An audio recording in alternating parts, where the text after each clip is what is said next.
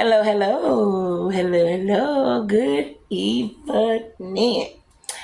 It is time for bedtime stories with Mama B. And hi, I'm Mama B. Rakia is on her way.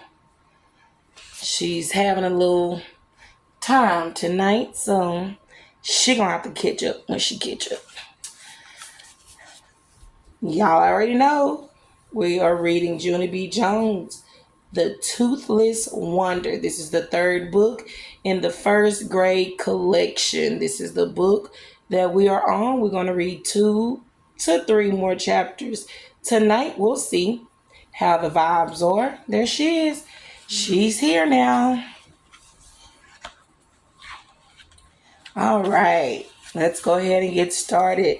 We have our Twinkle Toes bookmark. We are on chapter 3. Chapter 3 is entitled, Ow! I walked home from my bus stop very slow. Walking is good for thinking, I think. Talking is good for thinking too. I just wish I wasn't the first one. That's all, I said out loud to myself. I wish the other children in room 1 were losing their teeth too. Then all of us would look toothless together, and no one would throw fruit. I did a big breath at me.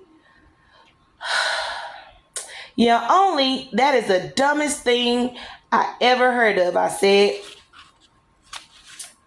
'Cause you can't make other children have loose teeth, Junie B. I rolled my eyes. Yeah, I already know that, Junie B, I said. But I really don't want to be first. And so why can't my tooth just stay in my mouth a little longer? That's what I would like to know. I crossed my arms at myself. 'Cause you keep wiggling it, that's why, I said. Maybe if you didn't wiggle it, it would get tight again. Did you ever think of that, huh? Did you? It still doesn't work like that. I walked and walked some more. Then all of a sudden, I did a gasp. 'Cause I did think of that. Ha! I ran to my house, speedy quick. My grandpa Frank Miller was babysitting my fussy brother Ollie. Grandpa Miller, I know what to do about my tooth. I know what to do about my tooth, I hollered real happy. Grandpa Miller was bouncing Ollie on his lap. Ollie was wearing his drool bib. Also, he was slobbering and chewing on his arm. Ollie would not be popular in school, probably. Mother says he is drooly and fussy because he will be getting teeth soon. She's kidding herself, I think. Just then, Ollie started to cry. Grandpa Miller looked weary of that boy. I took Ollie away from him. Don't worry, Grandpa. I know how to calm this baby down, I said. After that, I patted Ollie's back very nice. Then I hummed real soft in his ear. And I put him in the hall closet. Grandpa quick got him out of there. He put Ollie in his playpen and gave him some animal crackers. Animal crackers are crackers that make babies stop crying. Also, I enjoy an occasional cracker myself. After Ollie stopped fussing, Grandpa Miller came back in the kitchen and he put me on his lap. Okay, little girl, I'm ready to listen to your news now, he said. What were you saying about your tooth? Did it get any looser at school today? I clapped my hands together. That's what I was going to tell you about, Grandpa, I said. 'Cause at school, I found out that I'm the first person in room 1 to lose a top front tooth. And so at first, I felt proud about the news. Only then I got nervous on account of who wants to look like toothless Uncle Lou. That's why. And so then I had a long talk with myself. And hooray! I decided not to lose my tooth after all. Grandpa raised his eyebrows at me. Really? He said. You're not going to lose your tooth, huh? Do you really think you can do that, honey? Yes, I said. I know I can do it, Grandpa, because all I have to do is not wiggle it anymore. And it will get real tight in my mouth again. I'm sure of it. I'm positive.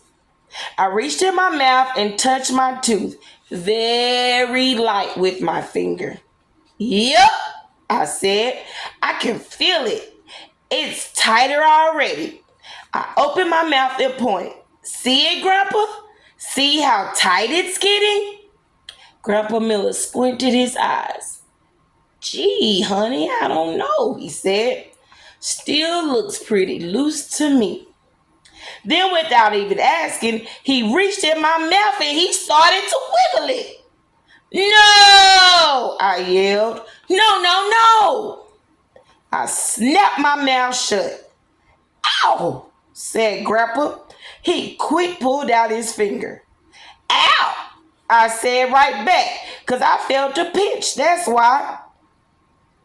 I poked all around my mouth with my tongue.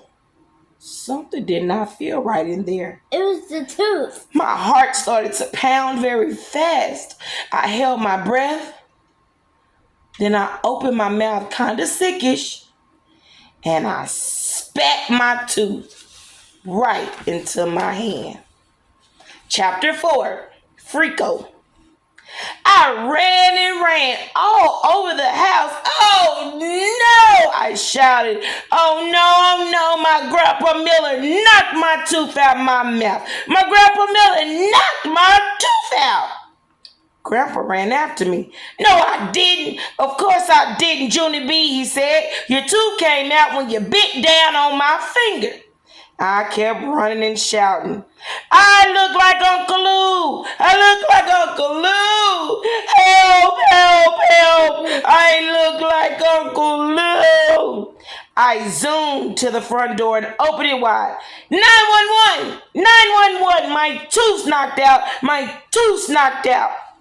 Grandpa quick picked me up and carried me back inside. Then he took me to the bathroom and he gave me a paper cup with water.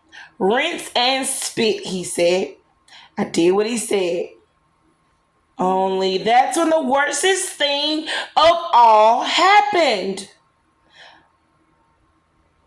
Because my spit water turned pink. I did a gasp at that sight. Blood! Blood! There's blood in my spit! I hollered some more. Grandpa Miller covered his ears. Please, Junie B, just stop the screeching. After that, he took an aspirin. Plus also he ate 2 Tums. I kept on rinsing and spitting, and finally my spit water turned regular. Whew. I said, that was a close one. I was almost out of blood. Grandpa bent down next to me and smiled. Well, let's have a look, he said. I opened my mouth for him. He looked in and did a chuckle. Then he lifted me up to the mirror so I could see too. I quick closed my mouth again because I was nervous to see myself, of course. My tongue felt my tooth hole. It was very roomy in there. Well, said Grandpa Miller, aren't you going to look, honey? It looks cute, Junie B. It really does. My heart pounded and pounded.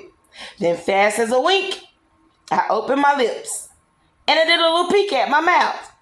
I quick closed my eyes again. Because what do you know? A Frico. Put me down, Grandpa, I said. Put me down right now. I don't want to look at myself again. I don't. Grandpa Miller put me down. Just then, my nose started to sniffle very much, and my eyes got tears in them. I hate me, I said. I hate the way I look. Grandpa blew my nose on toilet paper. I'm never going to look at myself again, I said. Not ever, ever, never. And I mean it. Grandpa bent down next to me. I want you to listen to me, little girl, he said. I would never lie to you, Junie B. You look every bit as cute without your tooth as you did with it. He gave me a hug. Your new smile is wonderful, he said. You didn't even give it a chance, honey. You really need to look at it again. Honest, you do. He ruffled my hair. Do it for me, okay? Just give yourself one more chance. I rocked back and forth on my feet very slow because I needed to think this over, that's why. Finally, I did a big breath. Okay, Grandpa, I said, if you really want to lift me up there again, I guess I will let you. But I'm only going to do this to be nice. Grandpa patted my head. You're very kind, he said. After that, he lifted me back up to the mirror. Very slow, I opened my mouth again and I peeked at my new tooth hole. Try smiling, said Grandpa. You'll love your new smile. I know you will. I did a nervous breath. Then I smiled at myself, kind of shy. See, said Grandpa Miller. See how cute it looks? I didn't answer him. Instead, I made another face at myself. And then another one. And another one. Pretty soon, I tried every face in the book. Finally, Grandpa winked at me. So what do you think, little girl, he said. Do you think, how do you think you look? I smiled, kind of shy again. I think I look fantastic, Frank, I said. Grandpa Miller put me back on the floor. Then he went to the kitchen and he got a stool and he brought it back to the bathroom. He helped me up to the top step. I stared at myself till Mother came home. Should we keep reading? We're going to read this last chapter. Chapter 5, The Fairy. That night we had festivities. Festivities is when my grandpa and grandma come over and all of us eat cake. Grandma Helen Miller made the cake herself. She put a big smiley face on the top. Only that is not all, because the smiley face had a tooth missing, just like me. I laughed and laughed at that silly thing. Then I reached in my pocket and I got my tooth and I passed it all around the table. Oh, that's a beaut, Junie B, said Grandma Miller.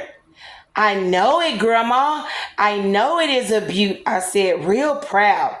I can't wait to take it to school for show and tell. The children are going to love this thing. Daddy looked strange at me. Oh, gee, I don't know, honey, he said. I'm not really sure you should take your tooth to school. Mother shook her head. No, Junie B, that's definitely not a good idea, she said. And besides, you won't even have your tooth on Monday, remember? You have to leave it for the tooth fairy tonight. Just then, my skin got chill bumps again, and flutterflies came back in my stomach. 'Cause I know stuff about the fairy. That's why. It's the tooth fairy. My voice felt kind of shaky. Yeah, only what if I don't want to leave my tooth for the fairy, Mother? I said, what if I just want to take it to show and tell, and that's all? Mother shook her head again. No, Junie B, no show and tell, she said. Taking a tooth to school to show and tell is just, well, it's just disgusting, said Daddy. Yes, said Mother, disgusting. I whined at those two. No, it isn't, I said. Lots of kids bring teeth to school because one time Roger brought a shark's tooth and he even let me and her put it right in our mouths and then we look like sharks too. I thought some more. Plus, another time, Shirley brought her grandmother's dentures, and a lot of us put those in our mouths too. Grandma Miller did a little gag. Only I actually don't know why. My grandpa patted her hand. Just be glad she doesn't want to take the spit cup, he whispered. Just then, my whole face lighted up. 'Cause I have ears like a hawk, of course. The spit cup! The spit cup! I will take the spit cup, I hollered. I jumped down from my chair and I zoomed to the bathroom. And then I got the spit cup out of the trash. And I dusted it off real good. Good news, people! I shouted real loud. There's still some blood around the edges. I quick ran back to show them. Grandma Miller closed her eyes at that sight. Then Mother put her head on the table and hid her face in her arms. The festivities was over, I believe. After Grandma and Grandpa Miller left, Mother took me into the bathroom and we brushed my teeth real carefully. Then I took my loose tooth out of my pocket and I brushed that guy too. Then I held it up to the light. Look, I said, look how shiny I made it. I really wish I could take this tooth to school, Mother. I really, really wish with all my might. Mother gave me a hug. I know you do, Junie B, she said. But it's still going to be fun to put it under your pillow tonight, isn't it? She smiled. I remember when I was a little girl, I couldn't wait to wake up in the morning and find out how much money the tooth fairy had left me. My skin got prickly at that name again. Also, sweaty came on my head. I thought and thought about what to do. Then finally I stood on my tippy toes and I whispered in Mother's ear. Yeah, only I know stuff about the fairy, Mother, I said. I know the truth. Mother looked shocked at me. The truth? She said. You know the truth? Yes, I whispered again.